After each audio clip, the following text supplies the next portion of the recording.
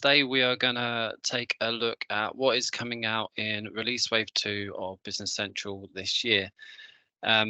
We're very much ahead of the game in this one, in the fact that Microsoft haven't actually released a lot of the functionality into Business Central yet, but they have given us some details on it. So we're going to run through that. I'll show you what I can that has been released so far. And then just please watch out in the coming weeks and months. On our website and on our emails, we'll be sending you information on the updates when it's released and it's there. So what are Microsoft focusing on for this release? So a lot of what they're going to be focusing on is around user improvements, making it easier for you to move around the system, making the information that you see throughout the system better for you, making it easier to do your jobs as well. There's also a big focus on intercompany and working between environments, and we'll cover that off as well briefly. For those of you that were on my previous session, you will have heard of what Copilot is. Copilot is the new AI functionality, and we've got some improvements to that coming into this release as well. And we also have some warehouse capability improvements as well, and Power Automate updates in the system. So all I'm going to do today is go over some of the highlights that we know of so far of the updates as we go through. So number one on my list, peak views. Peak views are something that have been in Business Central for a little while now. And what it does, as you can see from the image below, is allow you to see information from other records from the page that you're on. So they've introduced it into lists like your customer list that you can see on the image there, and various other lists in the system. With this release now, we are getting it on more and more pages. So the way Microsoft are kind of wording it is almost every page in Business Central, that if you have a related record in that, you'll be able to have a peek view of information of that record to allow you to take a look without having to come off of the page that you're on. The next highlight for you, to make it easier for you guys that use multiple browser tabs when you're working in Business Central, Microsoft are bringing out an update to make your tabs a little bit more user friendly for you, so you can see which tabs relate to which pages, and you can understand and move between tabs a little bit quicker. So if I quickly show you this, then there we go. So I'm just on the item list here. We'll push that to it so you can see it. But what you will see at the top of the list is it actually tells me I'm on the item list here. So if I then want to switch across to my customer list, I've got the idea that I can switch between the two. Now, the old Business Central is actually open on these two tabs here, so you can see the difference in what you're seeing between those on there. So again, just brought in to make it a little bit more user friendly, and when you're switching between tabs, you can make that a little bit quicker. Search in the mobile app. So more and more people are using your mobile on tablet app rather than just your browser app that you have in Business Central now. So one of the big limitations that we've had from that in the past, and the reason that people don't use it, is because it's very restricted in what you can see and use. Microsoft are bringing in the search functionality that we've had for quite a while in the normal Business Central, to allow you to go to different pages on the mobile app that you may not see on your home screen. So if I just bring up the old mobile app here, you'll see I'm very restricted in what I can see. I can go to the options that I have, but I cannot search like you can in standard Business Central up here in the corner.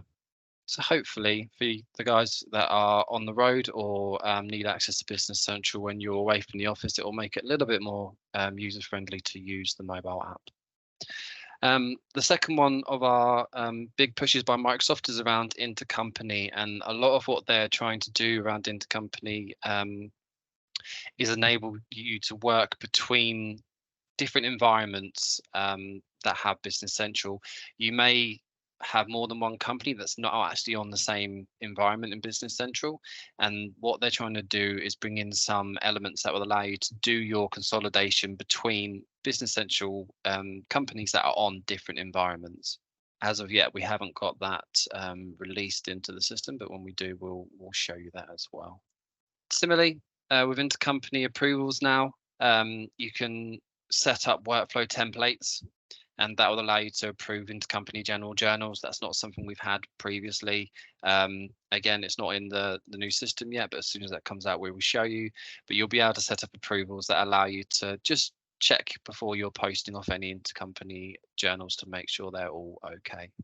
And so much like the first point, they've basically made it easier to do your intercompany transactions in a system. And again, the focus is on doing it between Business Central environments that are kind of on separate instances as well. So allowing you to do your send and receive transactions from companies, even if they are not in the standard, your normal Business Central. Okay, edit in Excel. For you guys that are on Business Central SaaS, you should be quite used to editing Excel by now.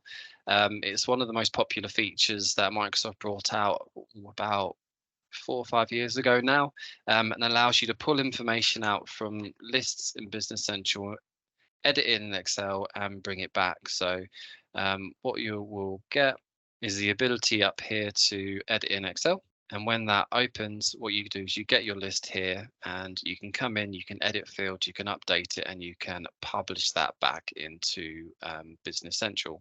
Now, that has been available for quite a while on parts of the system, such as your item list, your custom list, and that. They're now increasing that functionality to bring in item journals and warehouse worksheets. So just improving where you can use this functionality and hopefully make it a little bit better for you guys. AI for you guys that, as I say, were in the last session I did, we will discuss Copilot a little bit. With the release that's coming up, they are improving the Copilot features within Business Central, mostly around the bank reconciliation. So although Business Central has a quite good matching functionality when it comes to matching your bank statement to your records, they're trying to improve that by bringing in Copilot as well. So the matching should be better. And also, if it can't match it, it will give you information about where it thinks it could be making the match or what's missing as well. So again, just to make it slightly more user friendly for you guys. And again, for the guys that were on the last session for me, you would have seen that I've taken you through creating an item and creating marketing text using Copilot. There's been quite a lot of feedback from customers on this since it came out in the last release, and they've made some improvements to it to make it a little bit easier and better for you. So support for more languages has come in. You can now add marketing text on the price list report, and probably most importantly for you guys, they've done improvement on actually the content that it's bringing out for you. So there were instances where it came out, it didn't make too much sense, and you had to do quite a lot of editing. That should be a lot better now, and yeah, it should be much easier to use. For you guys that were on the ball for the last release, you would have seen that Microsoft were bringing out a way to analyze data within Business Central without having to pull it out into Excel. Now, that actually got pushed back, but we have been told it is coming out in this release. So if I quickly pop across onto our item list here, what you will see in the top here is a new button which is called Analyze. If I click this, it then gives me the ability to use a pivot table and groups to summarize the information that's on here and create a defined list for you. If I pull across to our sales orders,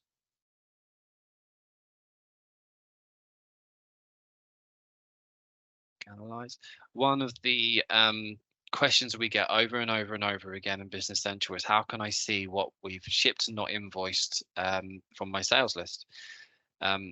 They have given you options to do that in the past, but now you have the ability to create lists yourself as you do that. You can assign what columns you want to add in and what you don't want to add in, how you're going to group it, so amount shipped and not invoiced, and then you can just save it onto here, and you can create as many of these as you want as you go along. You rename them to tell you what they're looking at as well. And then when you're done and you're happy with that, you can come back and you've got your normal view of the system as well. So I think as this develops, it's going to become quite a key and interesting part of the system, and especially to help you guys just kind of get key information really quickly. Warehouse improvements. So there's always been quite a lot of different levels when it comes to warehousing and Business Central. You've got the very, very simple level where you just go through the standard process, and you have the top level where you're creating picks and putaways and all the rest of that. Microsoft have seen this and go, well, actually, not everybody wants to be able to either have everything or nothing. And sometimes you want to change how your outbound works to your inbound. So there's more functionality coming in around that to make it a little bit more tailored around what you want to do. And also they're bringing in much more visibility around your warehouse stock as well. So from your sales order, your production orders, you're going to be able to see real-time stock from your warehouse. So if an item is in a ship bin or it's in a locked bin and can't be picked, that will take that away from the availability. So you get a much better idea of what you can and can't do as you go through the system. One of the other bits you will see throughout the system, but around warehousing as well, is these new error messages that instead of it just saying, oh, there is an error here, you need to go do something, it's trying to make it a little bit more intuitive for you, trying to make it easier to fix the problem that you have. So you'll see on the screen here, we've gone to a warehouse receipt, but we don't have a warehouse employee. Previously, you'd have to come out of this, go to your warehouse employees, set it up. Now you get the ability to go directly to that page and set up your warehouse employee. So reducing the clicks, making it a little bit better for you. Power Automate. Again, for those of you that don't know, Power Automate is a external workflow system with Microsoft that allows you to create workflows that interact with other apps as well. So some of the things we have people doing is creating approvals in Business Central, but you actually get the approval in your Teams system as well, and you're able to approve it and bring it back into the system as well. You can do this with Outlook as well. So Microsoft are improving this. They're bringing in new automated templates, so things you can just click and play with straight away. They're trying to improve the way that you can access it as well. So a one entry system, single entry point to the workflows, so you're not having to do it from different points around the system. And again, working cross companies, so you can have flows that work and between Business Central companies in an environment. So you get the ability to choose how you want it to flow through. And they're also increasing the amount of rows you can do per workflow. So from 100 to 1,000, it's increasing the amount of data you can do without it causing problems. And again, just improving the usability of it as well. They're adding in the request side to your approval, so you can see where that approval's come from a little bit easier. And there's some stuff they're adding into the user setup as well, so to indicate that people can use the Power Automated flows. And we've had a bit of feedback around the actual council approval requests and it not handling it correctly. That should be improved when it comes into this one as well. So just to summarize again, there's no real big functional changes to the system. There's nothing brand new that are going to come in to wow you so much, but what they are going to do is focus on your usability, making it easier for you to understand where you are in the system and see more information as you're coming in as well. And as I say, working with the intercompany is going to be improved as well. More AI. Everything's AI at the moment, but we're bringing in more AI into Business Central, making your bank recs easier to use and your matching better. And as always with Microsoft, trying to bring in their other solutions as well, Power Automate is going to be improved.